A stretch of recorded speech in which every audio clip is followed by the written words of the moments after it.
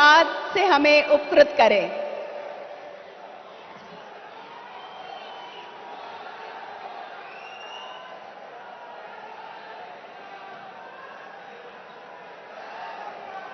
मंच पर विराजमान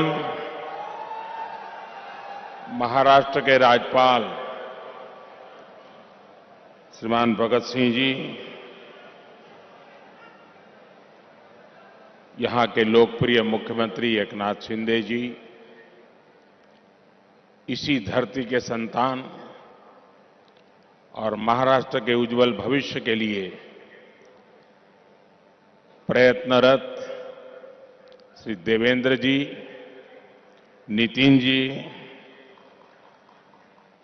राव साहब दानवे, डॉक्टर भारतीताई और विशाल संख्या में पधारे हुए नागपुर के मेरे प्यारे भाइयों और बहनों,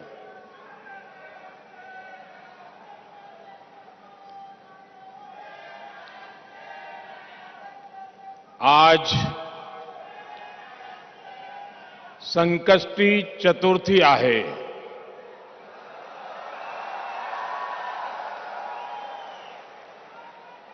कोणतेही शुभकाम करताना आपण प्रथम गणेश पूजन करतो। आज नागपुरात आहोत तर टेकडीच्या गणपती बाप्पाला माझे वंदन।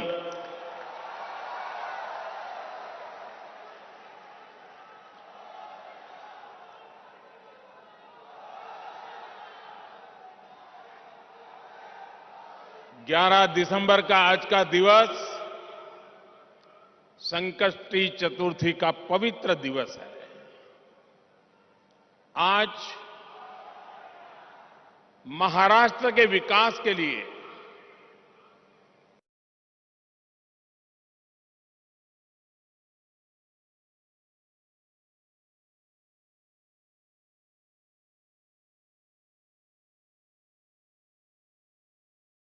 तारों के महान नक्षत्र का उदय हो रहा है। पहला सितारा हिंदू हृदय सम्राट बाळासाहेब ठाकरे महाराष्ट्र समृद्धि महामार्ग, जो अब नागपुर और शिरडी के लिए तैयार हो चुका है। दूसरा सितारा नागपुर एम्स है, जिसका लाभ विदर्भ के एक बड़े क्षेत्र के लोगों को होगा। तीसरा सितारा नागपुर में national institute of one health की स्थापना है। चौथा सितारा रक्त संबंधी रोगों की रोकथाम के लिए चंद्रपुर में बना आईसीएमआर का रिसर्च सेंटर है। पांचवा सितारा पेट्रोकेमिकल क्षेत्र के लिए बेहद अहम सीपेट चंद्रपुर की स्थापना है। छठा सितारा नागपुर में नाग नदी के प्रदूषण को कम करने के लिए शुरू हुआ प्रोजेक्ट। सातवां सितारा नागपुर में मेट्रो फेज 1 का लोकार्पण और दूसरे फेज का शिलान्यास है। आठवां सितारा नागपुर से बिलासपुर के बीच आज प्रारंभ हुई वंदे भारत एक्सप्रेस है।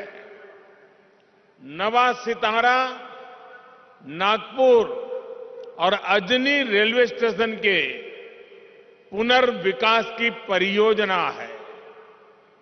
10वां सितारा अजनी में 12,000 हॉर्स पावर के रेल इंजन के मेंटेनेंस डिपो का लोकार्पण है। 11वां सितारा नागपुर इटारसी लाइन के कोहली नरखेड़ रूट का लोकार्पण है। 11 सितारों का यह महानक्षत्र महाराष्ट्र के विकास को नई दिशा देगा, नई ऊर्जा देगा।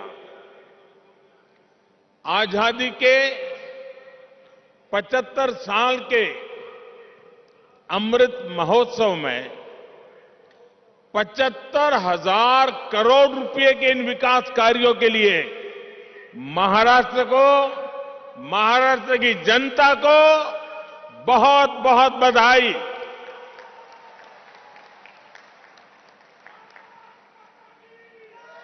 साथियों, आज का ये आयोजन इस बात का भी प्रमाण है कि डबल इंजन की सरकार महाराष्ट्र में कितनी तेज गति से काम कर रही है। समृद्धि महामार्ग से नागपुर और मुंबई के बीच दूरी तो कम होगी ही, ये महाराष्ट्र के 24 जिलों को आधुनिक कनेक्टिविटी से जोड़ रहा है।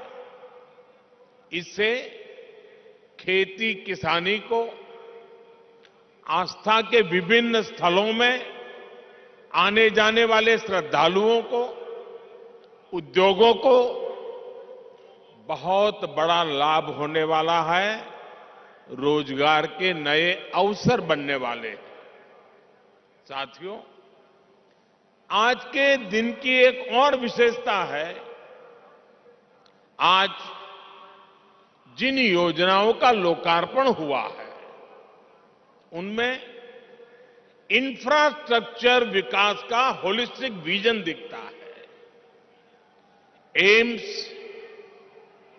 एक अपने आप में अलग तरह का इंफ्रास्ट्रक्चर है और समृद्धि महामार्ग दूसरी तरह का इंफ्रास्ट्रक्चर है। इसी तरह वंदे भारत एक्सप्रेस और नागपुर मेट्रो दोनों ही एक अलग प्रकार का कैरेक्टर है उस इंफ्रास्ट्रक्चर का, लेकिन ये सब एक बुके में, एक गुलदस्ते में अलग अलग फूलों की तरह जिससे निकलकर विकास की खुशबू जन जन तक पहुंचेगी। विकास के इस गुलदस्ते में बीते 8 वर्षों की मेहनत से तैयार विशाल बगीचे का प्रतिबिंब भी है। चाहे बात सामान्य मानवी के लिए हेल्थ केयर की हो या फिर वेल्थ क्रिएशन की हो, चाहे बात किसान को सशक्त करने की हो या जल संरक्षण की हो, आज पहली बार देश में ऐसी सरकार है जिसने इंफ्रास्ट्रक्चर को एक मानवीय स्वरूप दिया है। इंफ्रास्ट्रक्चर का एक ऐसा ह्यूमन टच जो आज हर किसी के जीवन को स्पर्श कर रहा है।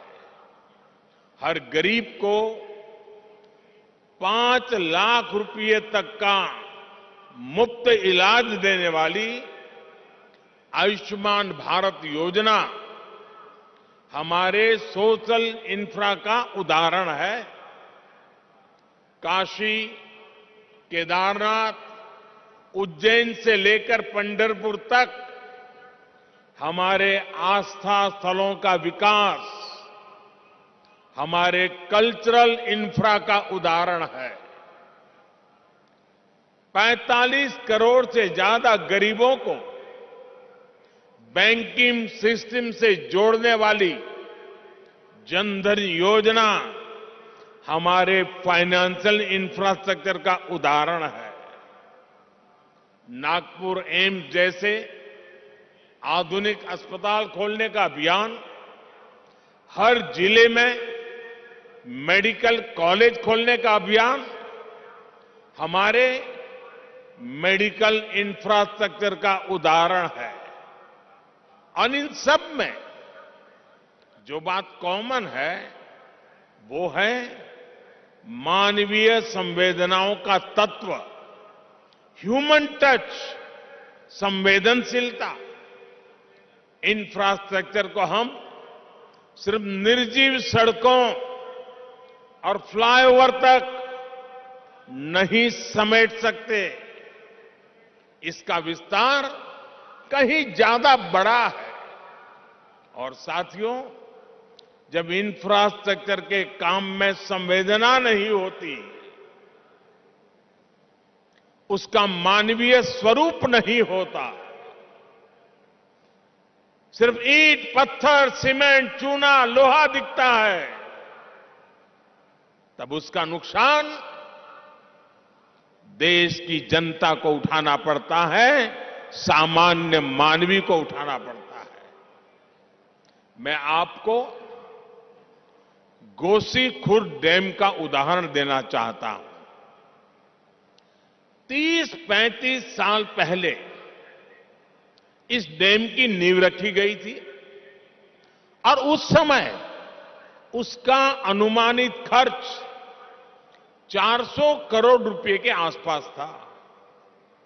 लेकिन बरसों तक संवेदनाहीन कार्यशैली के कारण बरसों तक वो डैम पूरा नहीं हो पाया। अब डैम का अनुमानित खर्च 400 करोड़ से बढ़कर के 18,000 करोड़ रुपए हो गया। 2017 में डबल इंजन की सरकार बनने के बाद इस डैम का काम तेज हुआ है। हर समस्या को सुलझाया गया है। मुझे संतोष है कि इस वर्ष ये डैम पूरा भर पाया है। आप कल्पना कर सकते हैं, इसके लिए 3 दशक से ज्यादा लगे, तब जाकर इसका लाभ गांव को, किसान को मिलने लगा। भाइयों और बहनों, आजादी के अमृत काल में देश विकसित भारत के विराट संकल्प के साथ आगे बढ़ रहा है। विकसित भारत के निर्माण का रास्ता है भारत की सामूहिक ताकत। विकसित भारत के निर्माण का मंत्र है राष्ट्र के विकास के लिए राज्य का विकास। बीते दशकों का हमारा ये अनुभव रहा है कि जब हम विकास को सीमित रखते हैं तो अवसर भी सीमित हो ही जाते हैं। जब शिक्षा कुछ ही लोगों, कुछ ही वर्गों तक सीमित थी, तो राष्ट्र का टैलेंट भी पूरी तरह निखर कर सामने नहीं आ पाया। जब बैंकों तक कुछ लोगों की पहुंच थी, तो व्यापार कारोबार भी सीमित ही रहा। जब बेहतर कनेक्टिविटी केवल कुछ शहरों तक सीमित थी, तो ग्रोथ भी उसी दायरे तक सीमित रही। यानी विकास का पूरा लाभ ना तो देश की बड़ी आबादी को मिल पा रहा था और ना ही भारत की असली ताकत उभर के सामने आ पा रही थी।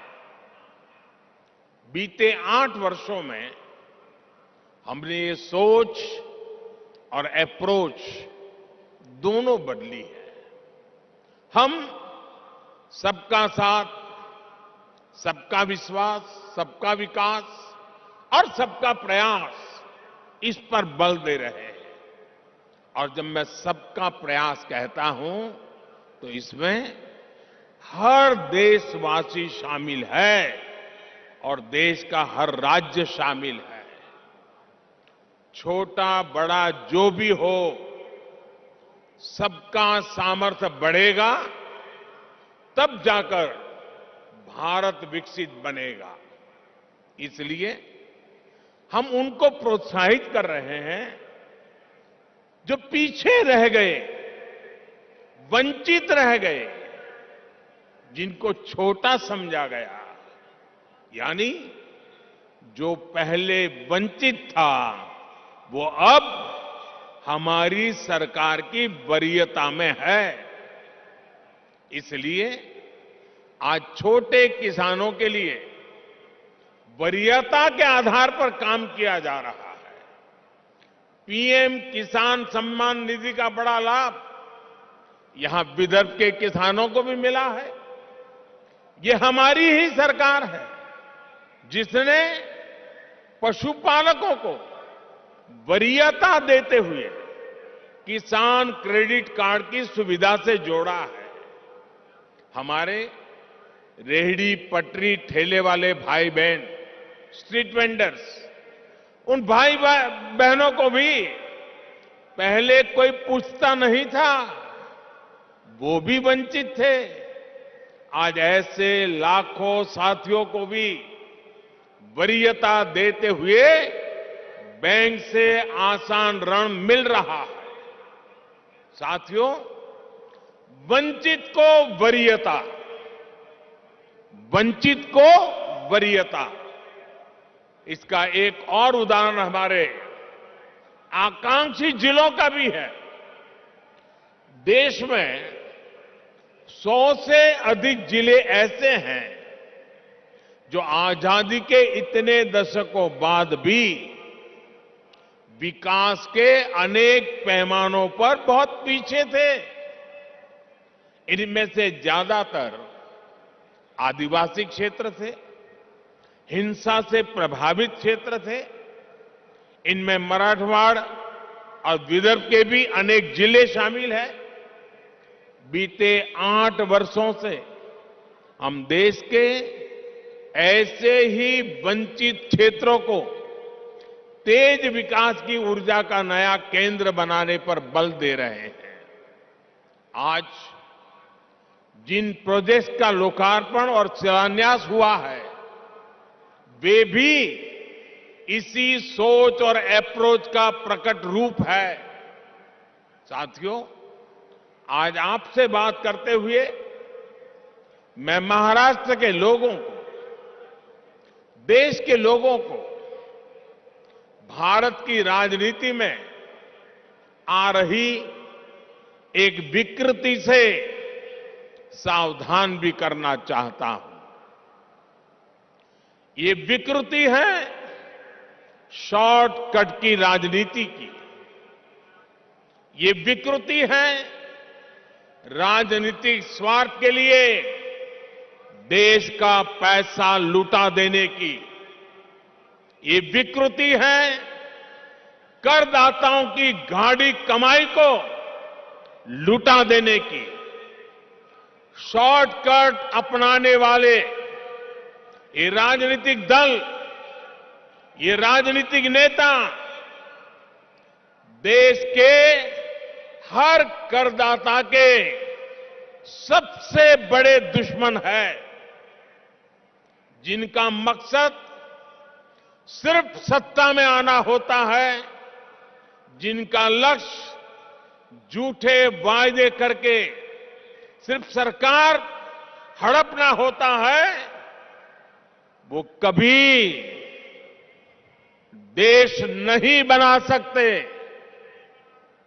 आज एक ऐसे समय में जब भारत अगले 25 वर्षों के लक्ष्यों पर काम कर रहा है, तो कुछ राजनीतिक दल अपने निजी स्वार्थ में भारत की अर्थव्यवस्था को तबाह कर देना चाहते हैं। हम सबको याद होगा जब पहली औद्योगिक क्रांति आई हिंदुस्तान उसका लाभ नहीं उठा पाया। दूसरी तीसरी औद्योगिक क्रांति में भी हम पीछे रहे, लेकिन आज जब चौथी औद्योगिक क्रांति का समय है तो भारत इसे गंवा नहीं सकता। मैं फिर कहूंगा, ऐसा अवसर किसी देश के पास बार बार नहीं आता। शॉर्टकट से कोई देश चल नहीं सकता। देश की प्रगति के लिए स्थायी विकास, स्थायी समाधान के लिए काम करना, एक लॉन्ग टर्म विजन बहुत ही जरूरी है। और स्थायी विकास के मूल में होता है इंफ्रास्ट्रक्चर। एक समय दक्षिण कोरिया, साउथ कोरिया भी गरीब देश था, लेकिन इंफ्रास्ट्रक्चर के माध्यम से उस देश ने अपना भाग्य बदल दिया।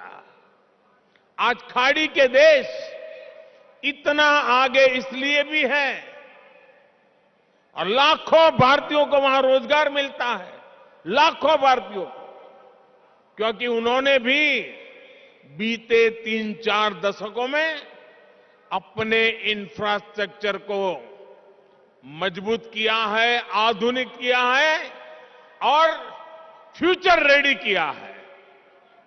अरे कब आपको पता होगा, आज हिंदुस्तान के लोगों को सिंगापुर जाने का मन करता है। कुछ दशक पहले तक सिंगापुर भी एक सामान्य आइलैंड कंट्री हुआ करता था।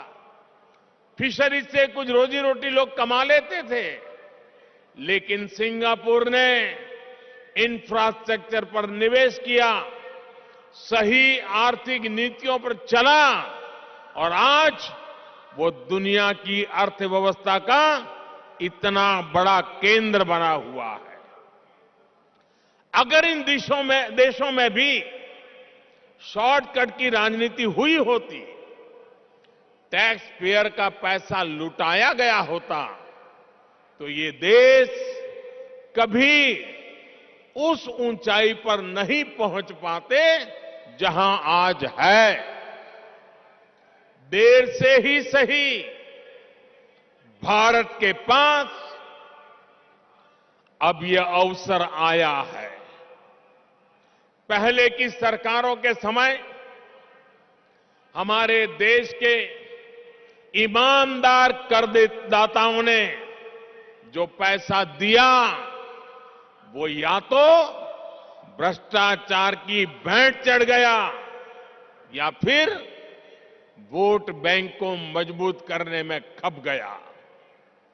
अब समय की मांग है कि सरकारी खजाने की पाई पाई का उपयोग देश की पूंजी, युवा पीढ़ी के उज्जवल भविष्य के लिए निर्माण पर खर्च होनी चाहिए।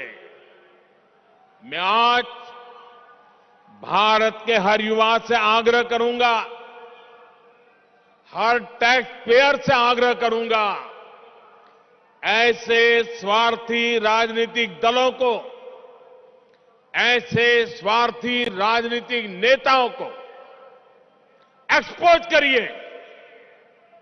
आमदनी अठन्नी, खर्चा रुपया, ये वाली कुनीति लेकर के जो राजनीतिक दल चल रहे हैं, वे इस देश को भीतर से खोखला कर देंगे।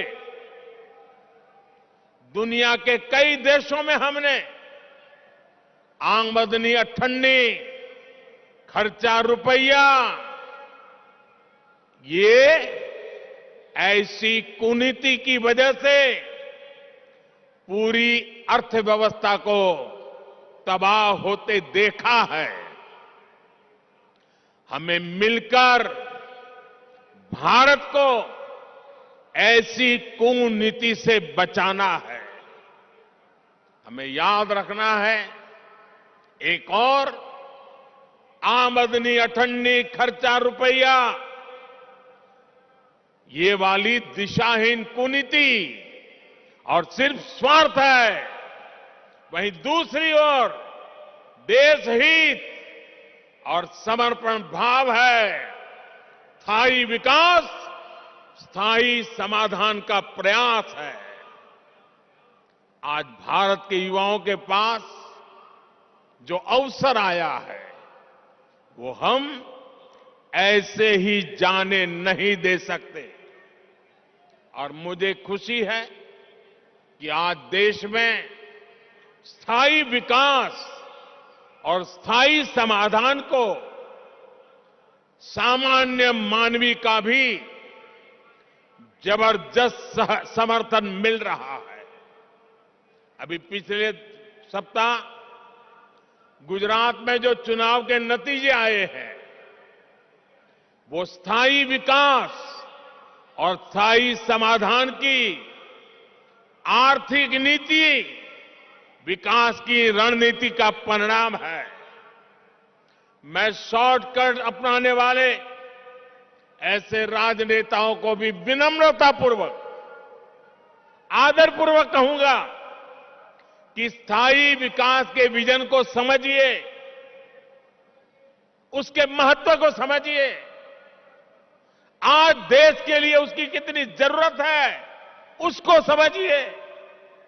शॉर्टकट के बजाय स्थायी विकास करके भी आप चुनाव जीत सकते हैं, बार बार चुनाव जीत सकते हैं। ऐसे दलों को मैं कहना चाहता हूं, आपको डरने की जरूरत नहीं है। मुझे विश्वास है, जब आप देश हित को सर्वोपरि रखेंगे, तो शॉर्टकट की राजनीति का रास्ता भी जरूर त्याग करेंगे। भाइयों और बहनों, एक बार फिर महाराष्ट्र के लोगों को, देश के लोगों को इन परियोजनाओं के लिए मैं बहुत बहुत बधाई देता हूं।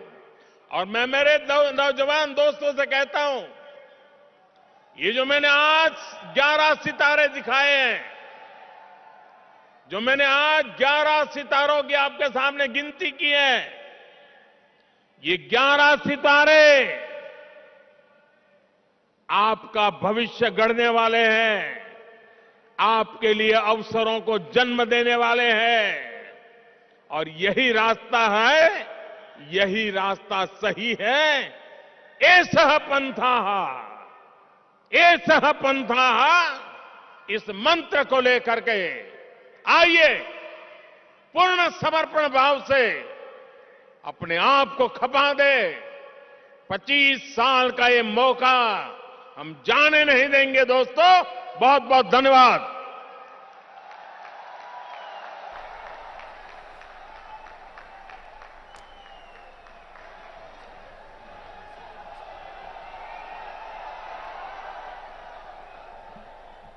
उपस्थित सभी को तो ये सीधा प्रसारण आप नागपुर से देख रहे थे।